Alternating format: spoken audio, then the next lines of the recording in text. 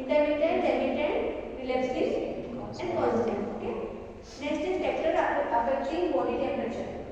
ये कौन से फैक्टर अफेक्ट करते हैं जो बॉडी टेम्परेचर को? एज भी हो सकता है, ठीक है। एज मतलब बच्चे, छोटे बच्चों में जल्दी फीवर हो सकता है क्योंकि छोटे बच्चों की जो काम करने की क्षमता होती है, इम्यूनिटी होती है, वो कम होती है। और ओल्ड एज में भी इम्यूनिटी कम होती है और इन्फेक्शन जल्दी से लग जाता है। तो इन्फेक्शन लगने की वजह से क्या होता है? फीवर आता है। जैसे ही इन्फेक्शन बॉडी के अंदर है तो पेशेंट बच्चे को या फिर ओल्ड एज में क्या होता है? फीवर बार बार आने लगता है। And diagonal variations circadian rhythm मतलब 24 आवर्स में कभी सर्केडियन रिदम मतलब आपकी बॉडी का टेम्परेचर बार बार चेंज होता है, ठीक है, होता है, ठीक है। कभी रात में कुछ और होता है, सुबह कुछ और होता है। जब आप सुबह मॉर्निंग में जैसे उठते हैं तो क्या होता है? आपकी बॉडी गर्म रहती है, सबकी बॉडी गर्म रहती है। और जैसे आप सोने लगते हैं रात में ठंडी रहती है, ठीक है। फिर वापस जैसे ब्लैंकेट ओढ़ा और उठे तो गर्म होते हैं, ठीक है। तो वैसे ही क्या होता है? अपनी बॉडी के टेम्परेचर टाइमिंग के अकॉर्डिंग क्या होता है? चेंज भी होता रहता है, ठीक है। एक्सरसाइज, जब आप एक्सरसाइज करते हैं तो क्या होता है? पसीना आता है, ठीक है, गर्म हो जाते हैं। एक्सरसाइज करते तो गर्मी आती है ना, तो आप जैसे आप बैठे हो तो क्या होती है? ठंड लगती है, आपकी बॉडी स्किन क्या है? ठंडी हो जाती है। हार्मोन्स इम्बैलेंस की वजह से भी हो सकता है, ठीक है। जैसे हार्मोन से भी किसको देखना ठंड में भी गर्म रहते हैं, कोई ठंड में गर्मी में भी ठंडे रहते हैं, ऐसे भी रहते हैं, ठीक है। स्ट्रेस भी हो सकता है उसका फैक्टर। तनाव की वजह से भी सिर दर्द हो रहा है, तनाव की वजह से बॉडी का टेम्परेचर चेंज हो रहा है, ठीक है। एंड इन्वायरमेंट, आसपास के इन्वायरमेंट की वजह से भी हो सकता है। गर्मी के दिनों में बहुत ज़्यादा हवा चल रही है, खेत में चले गए, बहुत एकदम ठंडी हवा चल रही है तो आपकी बॉडी कैसे हो जाएगी? ठंडी हो जाएगी, ठीक है। वैसे धूप में आए पसीना आने लगता है, गर्मी लगती है, गर्म हो जाती है, ठीक है। तो ये इन्वायरमेंट पे भी डिपेंड करता है, ये फैक्टर्स होते हैं। साइड से मेजर टेम्परेचर क्या क्या, जैसे आप कहाँ से टेम्परेचर ले सकते हैं? ओरली, रेक्टल, एक्सिलरी, टिम्पेनिक, ठीक है। टिम्पेनिक भी होता है, ये भी चेक करते हैं, उसके लिए थर्मामीटर अलग होता है। टिम्पेनिक कान में, टिम्पेनिक यहाँ पे तो लगाओ, कान में भी डालोगे ना, तो कान में आप जैसे थर्मामीटर डालते हो तो जैसे आपका टिम्पेनिक टेम्परेचर उससे पता चल जाता है ईयर में। ये भी क्या एक ओपनिंग है, यहाँ से भी आप देख सकते हो। Thermometer is an instrument used to measure body temperature. Thermometer एक ऐसा इंस्ट्रूमेंट, एक ऐसा डिवाइस या इंस्ट्रूमेंट है जो क्या कर सकता है? बॉडी के टेम्परेचर को पता कर सकते हैं इससे, ओके। ये आप देखोगे इसमें रीडिंग आती है, ठीक है। अभी ये कौन सा? मर्क्यूरी वाला है, इसमें रीडिंग आता है। इसमें पता कैसे करते हैं? कि फ्लूइड दिख रहा है आपको ये वाला, तो ये जहाँ तक आएगा वैसे बॉडी का टेम्परेचर बढ़ा हुआ दिखेगा, ठीक है। और अपना डिजिटल थर्मामीटर में क्या होता है? उसमें रेंज ऑलरेडी लिखा हुआ आता है, ठीक है, आप देख सकते हो। Oral temperature obtain by putting the thermometer under the tongue. Oral temperature में क्या होता है? टंग के अंदर आप क्या रखते हो? थर्मामीटर रखते हैं, इसका जो बल्ब होता है वो रखते हैं। And it's measurement is 0.65 less than rectal and 0.65 greater than axillary temperature, ठीक है। अब रेक्टल से कम होता है ओरल टेम्परेचर, ध्यान रखना। रेक्टल से क्या कम होता है? ओरल टेम्परेचर कितना? 0.65। और एक्सिलर से ज्यादा होता है ओरल टेम्परेचर, ठीक है।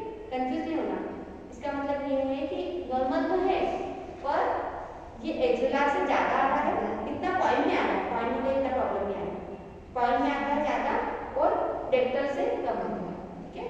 फिर बाकी समान है एक जैसे ही। Leave 3 to 5 minutes in place is the most common side temperature measurement. This side is inconvenient for unconscious patient, ठीक है। आप अनकॉन्शियस पेशेंट में भी कर सकते हैं, ठीक है। इन्फेंट्स एंड चिल्ड्रन बच्चों में भी ओरल टेम्परेचर देखा जाता है। एंड पेशेंट विद अल्सर और सोर ऑफ द माउथ, मुंह में छाले पड़ गए उसमें भी आप देख सकते हैं। इनकन्वीनियंट मतलब क्या होगा? Patient with persistent cough. Inconvenient मतलब नहीं देना है, इनकन्वीनियंट मतलब आपको, इनकन्वीनियंट मतलब ये इनमें आपको टेम्परेचर नहीं देखना है, ओरल टेम्परेचर, समझे। अनकॉन्शियस पेशेंट को नहीं देखना है क्योंकि पेशेंट कभी भी अगर सेमी कॉन्शियस भी होगा तो क्या होगा? टंग बाइट कर सकता है, उसको चबा सकता है, ठीक है, और स्वेलो कर सकता है ना, इसलिए आपको नहीं देना है, ठीक है। इनकन्वीनियंट का मतलब, कन्वीनियंट मतलब देना, इनकन्वीनियंट मतलब नहीं देना। बच्चे, छोटे बच्चे में भी आप ज़्यादा छोटा बच्चा है उनमें भी नहीं कर सकते, ठीक है। इन्फेंट चिल्ड्रन, पेशेंट भी ज़्यादा छाले पड़ गए मुँह में, सोर अल्सर। अल्सर का दूसरा नाम होता है सोर।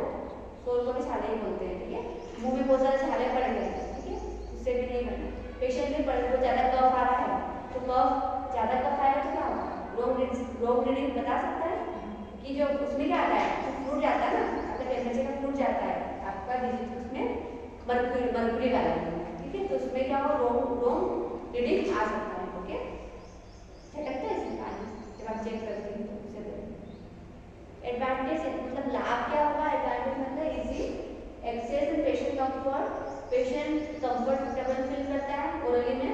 डिसएडवांटेज इसके लाभ हानि क्या होते हैं, it can lead to false reading if a person has taken hot और कोल्ड फूड, ठीक है, फॉल्स रीडिंग क्योंकि सबसे ज्यादा फॉल्स रीडिंग इसमें ही आता है मर्क्यूरी वाले थर्मामीटर में, ठीक है।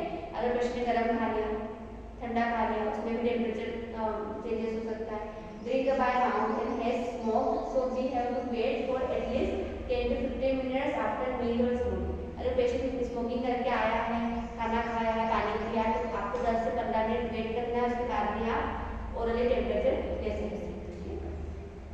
कॉन्ट्राइंडिकेशन, इस कंडीशन में आपको ओरल टेम्परेचर नहीं लेना है। Patient who can not follow instruction to keep their mouth closed, patient conscious नहीं है, पेशेंट समझ नहीं रहा है कि पेशेंट के मुंह में क्या लगा है, ठीक है, इस कंडीशन में आपको नहीं रखना है, ठीक है। एंड चाइल्ड बिलो 7 ईयर्स, 7 साल से कम बच्चों में नहीं लगाना। एंड इपिलेप्टिक और मेंटली इल पेशेंट, इपिलेप्टिक मतलब जिसको झटके आते हैं, झटके आए तो क्या चबा देगा, झटके वाले पेशेंट हमेशा टंग को बाइट कर लेते हैं, ध्यान रखना, टंग को काट लेते हैं, पता है ना जी, ठीक है, टंग को काटने वाले पेशेंट को आपको नहीं लगाना है मुंह में थर्मामीटर। मेंटली को समझ नहीं, बुद्धि कम है, ठीक है, मेंटली इल पेशेंट, मेंटली बीमार है, उनमें नहीं लगाना है। अनकॉन्शियस तो पेशेंट उनको भी नहीं आप यूज करोगे। क्लाइंट्स रिसीविंग ऑक्सीजन, पेशेंट को ऑक्सीजन चल रहा है, ऑक्सीजन मास्क लगा हुआ है, मैं भी नहीं करती। क्लाइंट में परसिस्टेंट का बहुत ज़्यादा कफ आ रहा है मुंह में, अनकोऑपरेटिव और इन सीवियर पेन, ज़्यादा अनकोऑपरेटिव पेशेंट को ज़्यादा सीवियर पेन है, उनमें भी नहीं लगाना है। सर्जरी ऑफ द माउथ, उनकी सर्जरी हुई है तो उसमें भी अवॉइड करना है। नेजल ऑब्स्ट्रक्शन में भी नहीं करना है। इफ पेशेंट हैज नेजल और गेस्ट्रिक ट्यूब इन प्लेस, नाक में ट्यूब डली है, मुंह में ट्यूब डली है, तो उस कंडीशन में भी आपको ओरल थर्मामीटर नहीं लगाना है पेशेंट को, ओके। अब नेक्स्ट ओरल टेम्परेचर क्लियर है आपको, ठीक है। Rectal temperature obtain bye inserting the thermometer into the rectum और एनस, एनस पता है ना, गुदाद्वार जिसको बोलते हैं, एनस और रेक्टल में क्या करते हैं, थर्मामीटर चेक लगाते हैं, ठीक है। किन पेशेंट में, जो पेशेंट जल जाते हैं, जो बर्न पेशेंट होते हैं, जल जाते हैं ना पेशेंट, पूरी बॉडी जली हुई है, उसका थर्मामीटर कहाँ देखेंगे, ठीक है, रेक्टल का टेम्परेचर कहाँ से लेते हैं, रेक्टल टेम्परेचर लेते हैं उनका, ओके। सबका नहीं, सिर्फ बर्न वाले पेशेंट का, जले हुए पेशेंट का। It gives reliable measurement and reflect the core body temperature, ये सबसे अच्छा होता है, इसमें एक्चुअल रीडिंग पता चल जाती है, इसमें रेक्टल टेम्परेचर में एक बॉडी का कोर टेम्परेचर देखते हैं, रिलायबल होता है। Hold the thermometer in place for 3 to 5 minutes, आप कितना 3 to 5 मिनट्स चेक कर सकते हैं, इसका टाइमिंग होता है।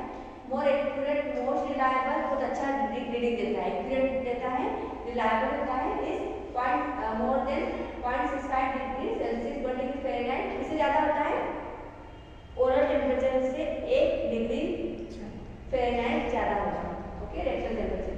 Because few factors can influence the reading, क्योंकि ये अंदर इंटरनल बॉडी टेम्परेचर है, रेक्टल का अंदर होता है, अंदर का जो टेम्परेचर होता है बाहर के टेम्परेचर से ज़्यादा होता है, ध्यान रखना, 1 डिग्री फ़ारेनहाइट ज़्यादा होता है, ज़्यादा नहीं होगा, सिर्फ 1 डिग्री का फर्क है। डिसएडवांटेज आर, क्या डिसएडवांटेज होते हैं, क्या क्या हानियाँ होती है इसमें, injury the rectum and disadvantage मतलब हानि, ठीक है, इंजुरी हो सकती है रेक्टम में, ठीक है। इट नीड्स प्राइवेसी मेंटेन करना, आपको बटन लगाना होता है। It is inappropriate for patient with diarrhoea and anal fissure, patient को डायरिया वगैरह आप लगा रहे हो तो उसमें भी अप्रोप्रिएट होगा। एनाल फिशर मतलब एनस के सराउंडिंग में छाले पड़ जाते हैं, फिशर्स होता है, एनाल फिशर बोलते हैं, ओके। उस कंडीशन में भी आपको रेक्टल टेम्परेचर क्या करना है, अवॉइड करना है, देना नहीं। कॉन्ट्राइंडिकेशन, किस किस कंडीशन में नहीं आपको रेक्टल टेम्परेचर लेना है, rectal perineal surgery, perineal surgery, surgery होती है, रेक्टल की भी सर्जरी हुई है, जिस कंडीशन में नहीं लगाना है क्योंकि पेनफुल होगा। फीकल इन्फेक्शन, बार-बार पेशेंट को फीकल आ रहा है, डायरिया हो रहा है, उस कंडीशन में नहीं लगाना है। रेक्टल इन्फेक्शन है रेक्टल में तो भी नहीं। रेक्टल इन्फेक्शन न्यूबॉर्न इन्फेंट्स, छोटे बच्चे होते हैं, न्यूबॉर्न बेबी के इन्फेंट्स, उनकी जो म्यूकस मेम्ब्रेन होती है वो सॉफ्ट होती है, उनमें भी नहीं लगाना है, इससे क्या होगा, इंजरी हो सकती है। क्लियर है?